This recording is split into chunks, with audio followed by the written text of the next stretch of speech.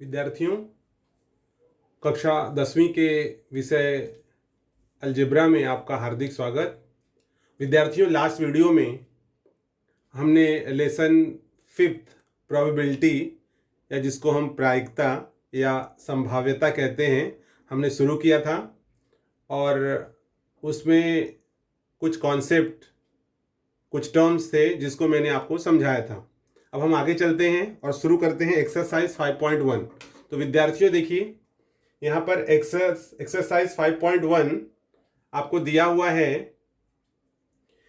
कि वनिता को महाराष्ट्र में निम्नलिखित स्थलों की जानकारी है और सिर्फ इसमें पूछा गया है कि जो प्रत्येक कथन दिए गए हैं उसमें संभावना क्या है लिखो।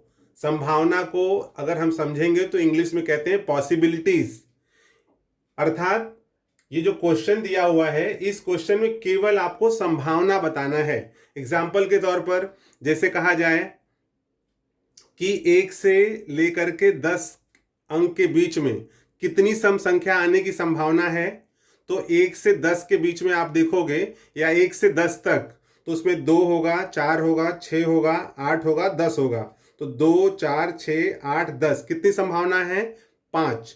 तो इस प्रकार से आप यहाँ पर आपको सिर्फ संभावना ही लिखना है। जैसे यहाँ पर मैंने लिखा है कि संभावना लिखो और क्वेश्चन में भी दिया गया है कि निम्नलिखित प्रत्येक कथन में कितनी संभावनाएं हैं वो बताइए।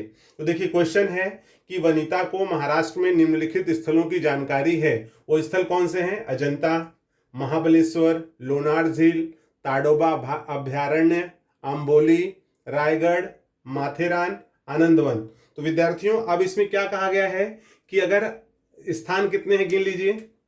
1, 2, 3, 4, 5, 6, 7, 8, टोटल 8 स्थलों की जानकारी वनिता को है। तो इसमें से अगर किसी एक स्थान पर जाना है तो ऐसी टोटल कितनी संभावनाएं हो गई? अगर अजंता जाती है तो एक संभावना, महाबलेश्वर दूसरी संभावना, लोनार झील तीसरी संभावना, ताडोबा अभ्यारण्य 4 संभावना, अंबोली पांचवा संभावना, रायगढ़ 6वां, माथेरान 7वां, आनंदवन 8वां। तो इस प्रकार से अगर देखा जाए तो टोटल 8 संभावनाएं बनती हैं जहां पर वह किसी एक स्थान पर जा सकती है। तो यहां पर हो जाएगा कि वनिता को महाराष्ट्र में निम्नलिखित स्थलों की जानकारी है। तो ये स्थल हैं, इसमें से कितनी संभावना है कि किसी एक पर ही जाना है। तो किसी एक पर जाना है तो कितनी संभावनाएं हैं? तो चूंकि 8 स्थान है तो 8 संभावनाएं हैं। तो यहां पर जो आंसर आएगा वो आप लिखोगे 8 संभावनाएं, 8 संभावनाएं हैं। ओके। दूसरा है कि सप्ताह के एक दिन का यादृच्छिक, मैंने समझाया आपको, रैंडम का मतलब है जैसे अगर सप्ताह में दिन कितने होते हैं?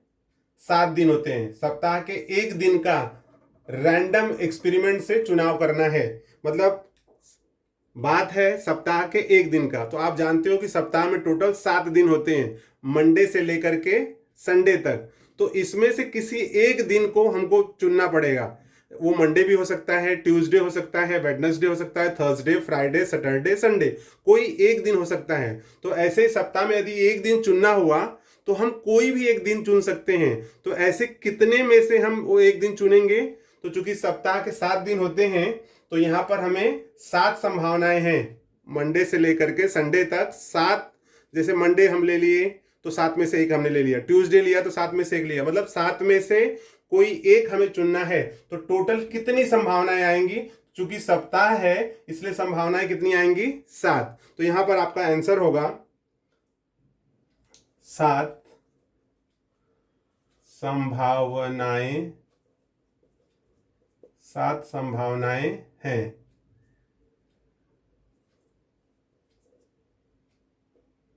ओके।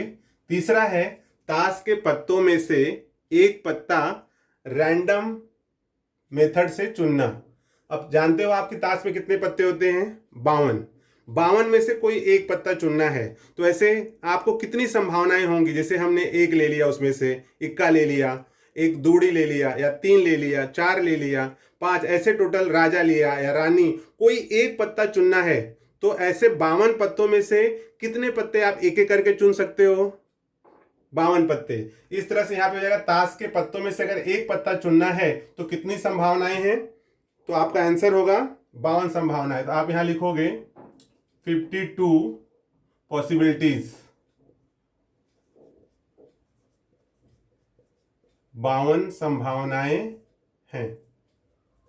ओके, अब इसका जो लास्ट है एक्सरसाइज 5.1 का, जो पहले के 4 पार्ट थे, तो चौथा है कि प्रत्येक कार्ड पर 10 से 20 तक की लिखी गई संख्या में से एक कार्ड यादृच्छिक पद्धति से निकालना।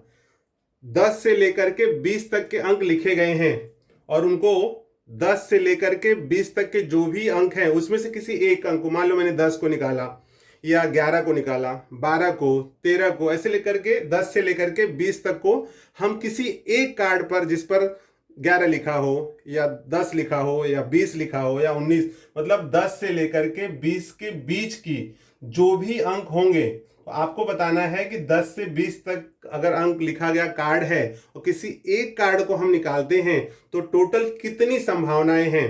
तो आप देखोगे कि 10 और 20 के बीच में, तो यहां पर हो जाएगा, जैसे 10 हो गया, 11, 12, 13, 14, 15, 16, 17, 18, 19, 20, तो टोटल जो है यहां पर 11 संभावनाएं होंगी। ठीक है, तो आपका आंसर होगा कि 11 संभावनाएं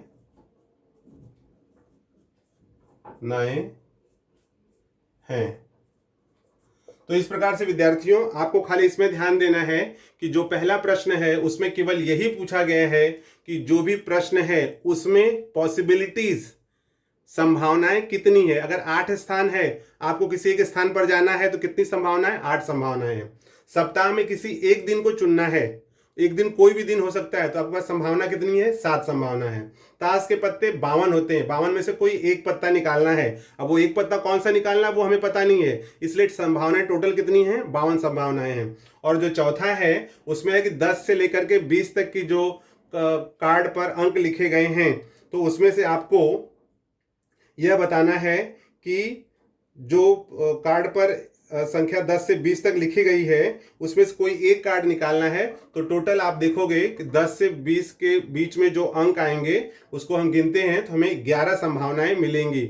इस प्रकार यह एक्सरसाइज 5.1 का जो पहला प्रश्न है उसका उत्तर हमें प्राप्त होता है। आई होप स्टूडेंट्स आपको यह सवाल समझ में आया है।